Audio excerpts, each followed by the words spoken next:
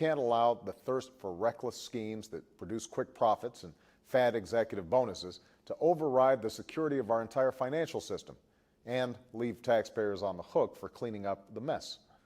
And the rest of the time, what we saw were nurses who did an incredible amount of work in not only taking care of Michelle, but also caring for a nervous husband, and then later for a couple of fat little babies.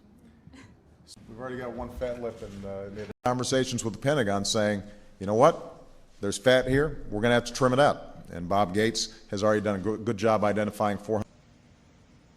They don't trim the fat, they cut into muscle and into bone.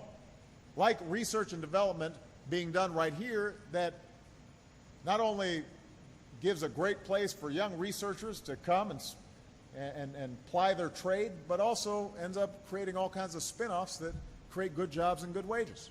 It is true that we essentially come up with the new drugs in this country because our drug companies are fat and wealthy enough that they can invest in the research and development.